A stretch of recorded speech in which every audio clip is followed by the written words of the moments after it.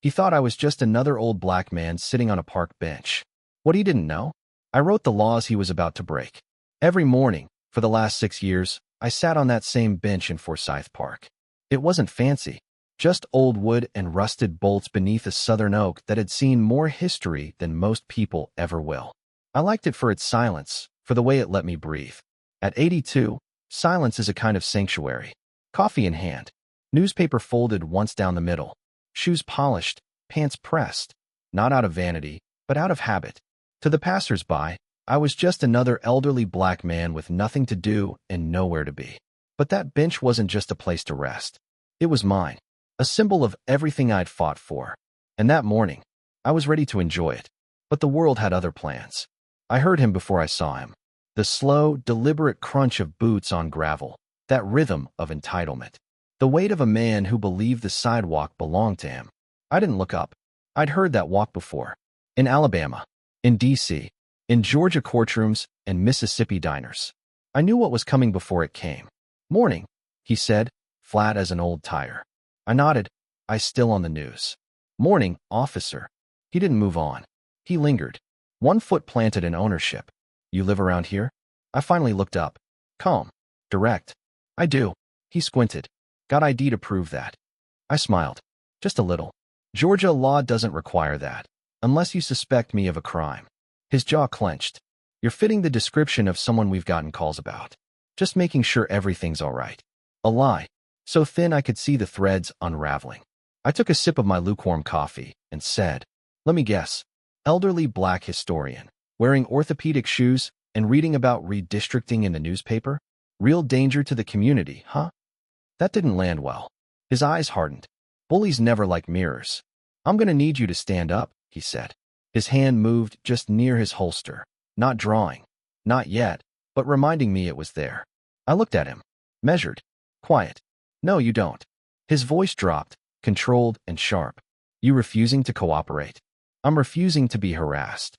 He stepped closer, gripped my arm, not roughly, but firmly, like a man trying to tame something wild. A power move, but I'd seen real power. And this was theater. I stood, slowly, my cane steady in my other hand. Then I looked him in the eye and said 6 words. "You don't know who I am." He didn't flinch, just scoffed. "I don't care who you are." But someone else did. A few feet away, sitting beneath a sycamore tree, sipping his own cup of coffee, was a man in a navy suit. Mid-40s. Calm. Focused. He watched every second. And then he stood. "Officer," he called out. Calm. Measured. The officer turned, annoyed. "This doesn't concern you." "It does now," the man interrupted. He reached into his jacket and pulled out a leather badge. Jeremiah King, Deputy Director, U.S. Department of Justice, Civil Rights Division. The officer's jaw twitched. Jeremiah stepped closer. "I've been watching since you made contact. And you're about to violate a federal statute on unlawful detainment." For the first time, the cop hesitated. He looked between me and Jeremiah. And for a second, I saw something flicker behind his eyes. Doubt. "Stand down, officer," Jeremiah said firmly. "This man has committed no crime. You are unlawfully attempting to detain and search without cause." The officer tried to salvage authority. "I need to see what's in that bag." I stepped in then. "You want to see what's in this satchel?" I asked quietly. He didn't answer.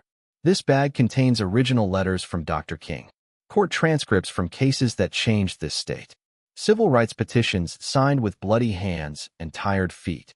I paused. "You lay one hand on this without a warrant, and you won't just be violating my rights. You'll be desecrating history." Jeremiah nodded in agreement. The silence that followed, it echoed louder than any protest chant. The park had been quiet before, but silence never lasts when injustice speaks too loud. A dog walker slowed, removing her earbuds. A jogger stopped mid-stride. A mother pulling a stroller turned and watched. One by one, heads lifted, eyes focused. Phones were raised. Fingers tapped record. "Sir, I'm asking you one last time." The officer barked, voice pitched now, loud enough for others to hear. I didn't flinch. "You're about to arrest an 82-year-old black historian," I said, "for drinking coffee while black." That line, it cracked something in the air. A teenager nearby gasped. An old white man muttered under his breath, "This ain't right." And the journalist appeared. She moved like she'd done this before. Camera bag slung across her blazer, hair pulled back, confidence in her step. Nora Delgado, independent reporter, known in Savannah for exposing shady zoning deals and biased policing. "Sir," she called out to me. "Are you okay?" I nodded. "I believe help already arrived," I said, motioning to Jeremiah. She turned to him. "You with DOJ?" "Deputy Director King," he confirmed. "This officer is in violation of multiple civil rights protocols. I've already called in a supervisor." "Mind if I stream?" she asked. He smiled. "I think the world needs to see this." Blue lights flashed at the edge of the park. 2 marked cruisers pulled up. Doors opened. Officers stepped out slowly. Captain Rivers was among them. Older, weathered, silver hair beneath his cap. One glance at the scene told him all he needed. He walked straight to Jeremiah. "Sir, we'll take it from here." Jeremiah didn't budge.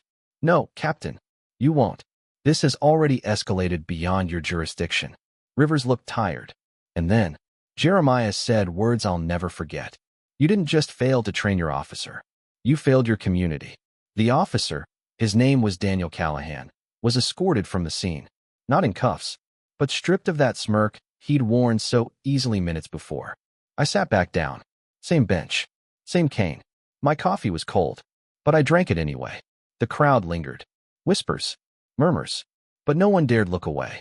That night, the footage hit the internet. By morning, it was viral. NPR ran it under. DOJ official intervenes in racial profiling incident. Savannah PD under fire. CNN, MSNBC, even Fox spun their version. But it didn't matter how they spun it. The truth had already ignited. Within 48 hours, the Department of Justice opened a formal investigation into the Savannah Police Department. Jeremiah returned to D.C. only long enough to mobilize a task force. Then he came back, with a dozen civil rights lawyers and oversight officers in tow. It wasn't just about me anymore. It was about every voice they'd tried to silence. It was worse than anyone expected. Years of misconduct swept under carpets. Complaints dismissed. Dashcam footage accidentally deleted. Black officers sidelined. Victims threatened. One whistleblower stepped forward. A woman named Latoya, beat cop turned admin after she filed a racial discrimination suit. Another offered proof of an internal memo recommending increased visibility in statistically risky neighborhoods. Translation? More patrols. More stops. More harassment if you were black and breathing. This wasn't just a rogue cop. It was policy. On the first Sunday after the news broke, hundreds gathered at Forsyth Park. Not to march. To sit. Elders with walkers. Teens with earbuds. Families with picnic blankets. They filled the benches, the grass, the curbs. Shoulder to shoulder in silence. Someone handed me a microphone. I didn't speak right away. Then I said, "I didn't sit here to start a movement. I sat here because I could. Because once upon a time, I couldn't." They didn't cheer. They bowed their heads. Officer Callahan was suspended without pay. He would later be charged with civil rights violations. Captain Rivers retired. The department entered a multi-year oversight agreement with the DOJ. Jeremiah briefed Congress. Reforms were drafted, and a new initiative was born. The Reed Protocol, named after me. A federal framework for addressing racial profiling in small-town police departments. Funny, I didn't even ask for it. Jeremiah met me 2 weeks later at the Savannah Historical Society. We sat in a sunlit room lined with portraits of dead governors and faded Confederate maps. He brought a folder. "We found sealed misconduct files going back 17 years, he said. Falsified records. Hidden complaints. Systemic targeting of black residents. He slid the folder toward me. Inside, photocopies of internal memos, whistleblower testimony, old emails filled with euphemisms like containment zones. Jeremiah looked up. This was never about one man with a badge. It was the whole wall behind him. My hands trembled slightly, not from fear, but from the weight of memory, of how long we'd carried this burden, how deep it still ran. "You going to bring it down?" I asked. He didn't blink. "We're not just bringing it down. We're rebuilding it." Autumn arrived. Leaves curled at the edges. Forsyth Park took on that golden hue that makes you believe, just for a moment, that the world might be changing. One morning, they held a ceremony. They'd restored the bench, laid new stone, cleaned the oak's roots.